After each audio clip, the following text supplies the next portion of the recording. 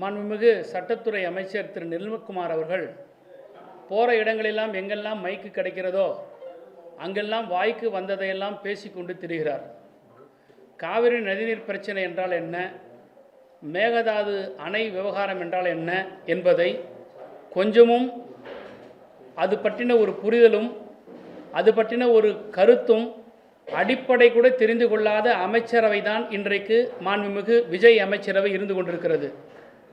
காரணம், இந்த பிரச்சனை குறித்து மாண்புமிகு முதலமைச்சர் வாய் திறக்கவில்லை. இந்த பிரச்சனை குறித்து மாண்புமிகு நீர்வளத்துறை அமைச்சர் நீரை விட வேகமாக ஓடிக்கொண்டிருக்கிறார் மைக்கை பார்த்தவுடன். இந்த பிரச்சனை குறித்து சட்டத்துறை அமைச்சர் பப்ளிக் ப்ராசிக்யூட்டர்களுக்கு பணம் வாங்கி கொண்டு போடுகிற ஊழல் அரசாங்கத்தினுடைய அமைச்சர் இன்றைக்கு வாய்க்கு வந்தபடியெல்லாம் பேசிக்கொண்டிருக்கிறார். காவிரி நதிநீர் பிரச்சனையில் தாவேகானுடைய நிலைப்பாடு என்ன என்பதை சொல்லுவதற்கு இவர்களுக்கு வக்கில்லை. மேகதாது அணை கட்டுவதில் குறித்து இவர்களுடைய தடுப்பதற்கு குறித்து நிலைப்பாட்டிற்கு இவர்கள் சொல்லுவதற்கு வக்கில்லை.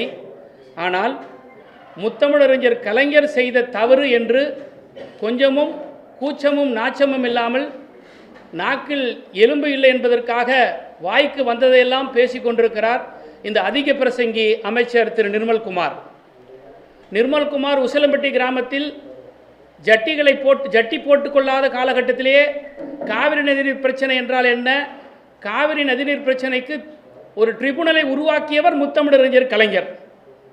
அப்படிப்பட்ட நிர்மல்குமார் எல்லாம் கலைஞரை பார்த்து பேசுவதற்கு தகுதி துளியும் இல்லை என்பதை நான் எச்சரிக்கிறேன். இன்றைக்கு தமிழ்நாட்டில் இருக்கக்கூடிய அரசியல் கட்சிகளெல்லாம் வேண்டுமென்றே முதல்வர் எடுத்த நடவடிக்கைகளுக்கு எதிராக செயல்படுகிறார்கள் என்கின்ற ஒரு குற்றச்சாட்டை சொல்லுகிறார். அனைத்து கட்சி கூட்டத்தை நாங்கள் எப்படி கூப்பிட்றது? ஒவ்வொரு அரசியல் கட்சிகளும் ஒவ்வொரு கருத்தை சொல்கிறாங்க, அவங்கள வச்சுட்டு நான் எப்படி அனைத்து கட்சி கூட்டத்தை கூட்ட முடியும்னு ஒரு விஞ்ஞானி கேட்குறார் இந்த கேள்வியை நிர்மல்குமார். ஒவ்வொரு கட்சிக்கும் ஒவ்வொரு நிலைப்பாடு இருப்பது தான் அரசியல் கட்சி. அதை எல்லாத்தையும் ஒருங்கிணைச்சி அழைச்சிட்டு போகிற வேலை தான் முதலமைச்சருடைய வேலை. இதுக்கு முன்பு இருந்த தமிழ்நாட்டினுடைய முதலமைச்சர்கள் முத்தமிழறிஞர் தலைவர் கலைஞராக இருந்தாலும் சரி, அம்மையார் ஜெயலலிதாக இருந்தாலும் சரி, ஏன் எடப்பாடி பழனிசாமி முதலமைச்சராக இருந்த பொழுதும் கூட அனைத்து கட்சி கூட்டத்தை கூட்டி கருத்துக்களை கேட்டு ஒரு முடிவெடுத்து ஒன்றிய அரசிற்கு அனுப்புவதோ அல்லது அவர்களை சென்று சந்திப்பதோ வழக்கமாக வைத்து கொண்டிருந்தார்கள். நான் கேட்கிறேன், நேற்றைக்கு சில ஊடகங்களே செய்தி வந்தது, காவிரி நதிநீர் பிரச்சனை குறித்தும் மேகதாது விவகாரத்தை குறித்தும் முதலமைச்சர் கோட்டையிலே ஆலோசனை செய்து கொண்டிருக்கிறார் அதிகாரிகளோடு என்று ஒரு தகவல் வந்தது செய்தி நிறுவனங்கள் மூலமாக தொலைக்காட்சிகளில். உங்களை யாராவது கூப்பிட்டு என்ன முடிவெடுத்தோம் என்ன பேசினோம் என்று இதுவரை முதலமைச்சர் சொல்லியிருக்கிறாரா, அல்லது தலைமை செயலாளர் சொல்லியிருக்கிறாரா, அல்லது தமிழ்நாட்டினுடைய நீர்வளத்துறை செயலாளர் பேசியிருக்கிறாரா, அல்லது தமிழ்நாட்டினுடைய நீர்வளத்துறை அமைச்சர் நேற்றைக்கு முதலமைச்சர் இத்தகைய ஆலோசனையை செய்திருக்கிறார் என்பதை சொல்லுவதற்கு இவர்களுக்கு வெளிப்படைத்தன்மை இருக்கிறதா? எதுவுமே இல்லை. ஆனால் 19ஆம் தேதி ஜூன் மாதம் சட்டமன்றத்தில் இயற்றப்பட்ட தீர்மானம், அந்த தீர்மானத்திற்கு திருத்தங்களை கொடுத்தது நம்முடைய எதிர்க்கட்சி தலைவர் மாண்புமிகு உதயநிதி ஸ்டாலின் அவர்கள். அந்த திருத்தத்தையும் ஏற்றுக்கொண்ட இந்த அரசு 19/6/2026 அன்று சட்டமன்றத்தில் தீர்மானம் நிறைவேற்றிய பிறகு இன்று வரை ஒவ்வொரு நாளும் காவிரி நதிநீர் பிரச்சனை குறித்தும் மேகதாது விவகாரத்தை குறித்தும் நாட்டு மக்களுக்கு என்ன நடவடிக்கையை மேற்கொண்டார்கள் என்பதை இந்த அரசு விளக்க வேண்டிய கடமையை கட்டாயத்தில் இருக்கிறது. தீர்மானத்தை போட்டுவிட்டு தூங்கி கொண்டிருக்கின்ற முதலமைச்சர், தூங்கு மூஞ்சி தாவேகா அரசாங்கம் இன்றைக்கு திராவிட முன்னேற்ற கழகத்தை பார்த்து சொல்லுகிறது டி.கே. சிவக்குமாரை கட்டுப்படுத்துகிறார் என்று சொல்லுகிறார்கள். காங்கிரஸ் சொல்லுகிற பேச்சையே டி.கே. சிவக்குமார் கேட்கவில்லை என்று சொல்லுகிறார். நான் வெளிப்படையாக நிர்மல்குமாருக்கு சவால் விடுகிறேன், காங்கிரஸ் கட்சி என்ன பேசியது என்பதை பொது வெளியில் சொல்ல வேண்டும். ராகுல் காந்தி நேற்றைக்கு தமிழ்நாட்டுக்கு வந்தாரே, அவர் என்ன கருத்துருவை டி.கே. சிவக்குமாருக்கு சொல்லி மாண்புமிகு சிவக்குமார் கேட்கவில்லை என்பதை வெளிப்படையாக சொல்ல வேண்டும். காங்கிரஸோடு கூட்டணி இருக்கக்கூடிய தாவேகானுடைய கட்சி தலைவர் திரு விஜய் அவர்கள் காங்கிரசினுடைய நிலைப்பாடு என்ன, காங்கிரஸ் எதை அறிவுறுத்தி சொல்லவில்லை என்பதை இங்கே விளக்க கடமைப்பட்டிருக்கிறார். அது மட்டுமல்ல, டி.கே. சிவக்குமார் அவர்கள் இன்றைக்கு அனைத்து கட்சி கூட்டத்தை கூட்டுகிறார். ஆனால் எங்களுடைய எதிர்க்கட்சி தலைவர் அனைத்து கட்சி கூட்டத்தை கூட்டுங்கள் என்று சொன்னது ஒன்று, அதை நீங்கள் செய்யவில்லை. சட்டமன்றத்தில் தீர்மானம் இயற்றிய பிறகு அவற்றை கடிதம் மூலமாக ஒன்றிய அரசுக்கு அனுப்புவது பிரயோஜனம் இல்லை. எல்லா கட்சி தலைவர்களும் அழைத்து கொண்டு டெல்லிக்கு வாங்க போவோம், பிரதம மந்திரியை சந்திப்போம், நீர்வளத்துறை அமைச்சரை சந்திப்போம். இந்த பிரச்சனையில் தமிழ்நாடு ஒருமித்த கருத்தோடு ஒன்றாக இணைந்திருக்கிறது என்பதை அவர்களுக்கு புரிய வைப்போம், இந்த அழுத்தத்தை தருவோம் என்று சொன்ன கருத்திற்கு இதுவரை ஒரு எதிர்க்கட்சி தலைவர் சட்டமன்றத்தில் பேசிய பேச்சுக்கு ஒன்று சட்டமன்றத்தில் பதில் சொல்லியிருக்க வேண்டிய முதலமைச்சர் இன்று வரை சொல்லவில்லை, அல்லது இவர் என்ன நடவடிக்கை எடுத்திருக்கிறார் என்பதை இதுவரை இந்த காலகட்டத்து வரைக்கும் சொல்லவில்லை. நீங்கள் மேகதாது அணை குறித்து எதிர்க்கட்சி தலைவர் சொன்ன கருத்துக்கு அனைத்து கட்சி தலைவர்களை கூட்டிக் கொண்டு நாங்கள் டெல்லிக்கு போவோன்னு ஒன்று சொல்லுங்கள், போக மாட்டேன்னு ஒன்று சொல்லுங்கள்.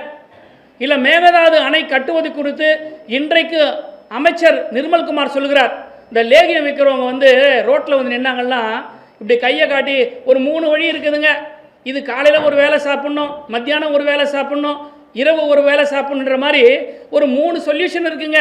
இது கோர்ட்டில் போய் போடணுங்க, இது சுமூக தீர்வு காணணுங்க, இது இப்படி பண்ணணுங்க, இப்படின்னு ஒரு ஃபிலிம் காட்டிட்டு தான் போகிறாங்களே தவிர இந்த அரசாங்கம் என்ன நடவடிக்கை எடுத்தது என்பது இதுவரை நாட்டு மக்களுக்கு சொல்லவில்லை.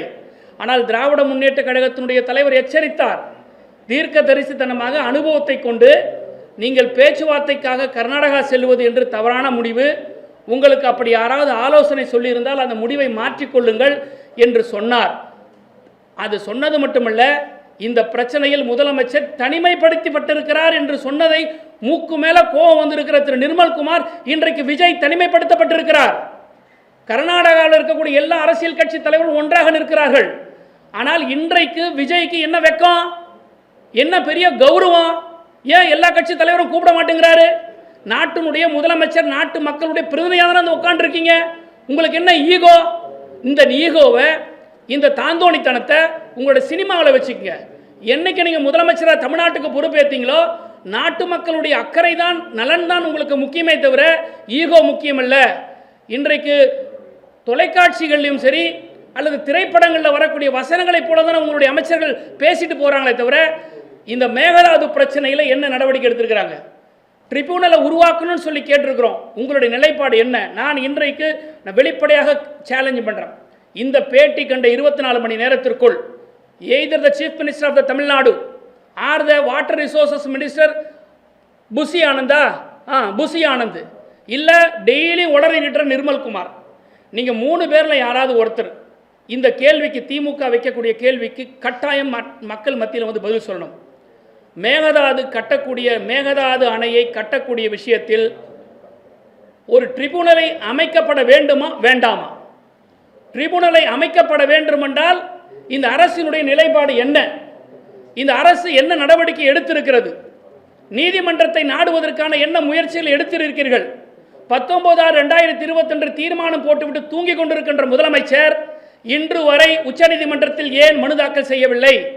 ஒரு மாநிலத்திற்கும் இன்னொரு மாநிலத்திற்கும் நதிநீர் பிரச்சனை ஏற்படுமேயானால், அணை கட்டுவதில் பிரச்சனை ஏற்படுமேயானால் இன்டர்ஸ்டேட் வாட்டர் டிஸ்பியூட் ஆக்ட் 1956 படி ஒரு ட்ரிபியூனலை அமைக்கலாம் என்பதை கேட்கலாம் என்கின்ற உரிமை அந்தந்த மாநிலங்களுக்கு இருக்கிறது. ஏன் திமுக ட்ரிபியூனலை கேட்குது? ட்ரிபியூனல் அமைச்சா அதில் யார் உட்காருவாங்கன்னா, about to retire from the supreme court, அதாவது மிக குறுகிய காலகட்டத்திற்குள் எந்த உச்சநீதிமன்ற நீதிபதி ரிட்டையர்மெண்ட் ஆக இருக்கிறாரோ அந்த உச்சநீதிமன்ற நீதிபதியின் தலைமையில் 2 உயர்நீதிமன்ற நீதிபதிகள் கொண்ட அமர்வு. இந்த அமர்வு எந்த அதிகாரிகளுடைய கட்டுப்பாட்டில் இருக்காது, எந்த அரசாங்கத்தினுடைய கட்டுப்பாட்டில் இருக்காது, ஒன்றிய அமைச்சகத்தினுடைய கட்டுப்பாட்டில் இருக்காது. ஒரு நீதிமன்றத்தினுடைய நீதிபதிகள் 3 பேர் அமர்ந்து இதை விசாரிப்பதன் மூலமாக ஒரு தீர்வு கிடைக்கும். It's a quasi judicial authority. இதையெல்லாம் புரிந்த அனுபவமிக்க திராவிட முன்னேற்ற கழகம் இதை கையில் எடுத்து ஏற்கனவே முதலமைச்சராக இருக்கும்போது நம்முடைய தலைவர், கழகத்தினுடைய தலைவர் அண்ணன் மு க ஸ்டாலின் அவர்கள் பிப்ரவரி மாதமே லெட்டர் எழுதினார். அதற்கு பிறகு நீங்கள் ஆட்சிக்கு வந்த இந்த அரசாங்கம் உங்களுக்கு எல்லாத்தையும் நாங்கள் செஞ்சு வச்சுருக்கிறோமே. ஸ்டிக்கர் ஒட்டுறது உங்களுக்கு பெரிய கஷ்டனையை சீரியஸை புரிஞ்சிக்கலை. எப்பவுமே ஒரு சீரியஸாக இருக்கக்கூடிய நேரத்தில் செக்ரட்டரிஸை மாற்ற மாட்டாங்க. அப்போ இந்த துறையில் அப்போ என்ன அர்த்தம்? செயலாளர் ஒன்று சொல்லியிருக்கிறார், அப்போ இந்த அரசாங்கம் அந்த செயலாளர் சொல்கிறத கேட்கல. அப்போ ஜான ஆரோக்கியசாமியோ அல்லது அரசுக்கு சம்பந்தம் இல்லாதவங்க சொல்கிற ஆலோசனையை இந்த முதலமைச்சர் கேட்குறார். இப்போ எதுக்கு அசம்பிளி செக்ரட்டரி ரிசைன் பண்ணிட்டு போனார்? எதுக்கு எத்தனையோ செயலாளர்லாம் நீ வெளியில் போகிறாங்க? அவங்க அதிகாரிகள் சொல்கிறத இந்த அரசு கேட்கல. இந்த ஆட்சியாளர்கள் அதிகாரிகளை மிரட்டுறாங்க. நாங்கள் சொல்கிறத நீ செய்யுங்க, இல்லைன்னா உட்காரல வெளியே போங்கிறாங்க. அப்போ இந்த நீர்வளத்துறையினுடைய டிரான்ஸ்ஃபருக்கு இதுக்கு பின்னாடி தான் இருக்குது. அப்போ நேற்றுக்கு இந்த கன்சல்டேஷனில் you would have been advised, அந்த செக்ரட்டரி அட்வைஸ் பண்ணியிருப்பார். அப்போ அந்த அட்வைஸ் சரியான அட்வைஸாக இருந்திருக்கும், அது விஜய்க்கு பிடிக்காத அட்வைஸாக இருந்திருக்கும். அதனால் அவரை மாற்றிருக்கிறாங்க. சட்ட போராட்டம் நடத்துவதற்கு தாமதம், முதலமைச்சர் கர்நாடகா போகிற ஒரு முடிவில் சிக்கல், இதெல்லாமே தமிழ்நாட்டுக்கு இந்த விளையாட்டு ஒரு பெரும் பின்னடைவாக ஏற்பட்டிருக்கு. மிகப்பெரிய பின்னடைவு சார், இது மிகப்பெரிய பின்னடைவு. இது எதை காட்டுதுன்னா கர்நாடகாவை தான் அட்வான்டேஜை காட்டும். ஏன்னா நாம் பொலிட்டிக்கலாக ஒன்றா நின்று ஸ்ட்ராங்காக நின்று ஃபைட் பண்ணால் தான் ஒரு பொலிட்டிக்கல் ப்ரெஷர் கொடுக்க முடியும். நான் இன்னமும் இப்போவும் சொல்கிறேன், திராவிட முன்னேற்ற கழகம் தெளிவாக இருக்குது. அரசியல் ரீதியில் இதுக்கு தீர்வு காண முடியாது, ஒன்றிய அரசு இதுக்கு தீர்வு காண முடியாது.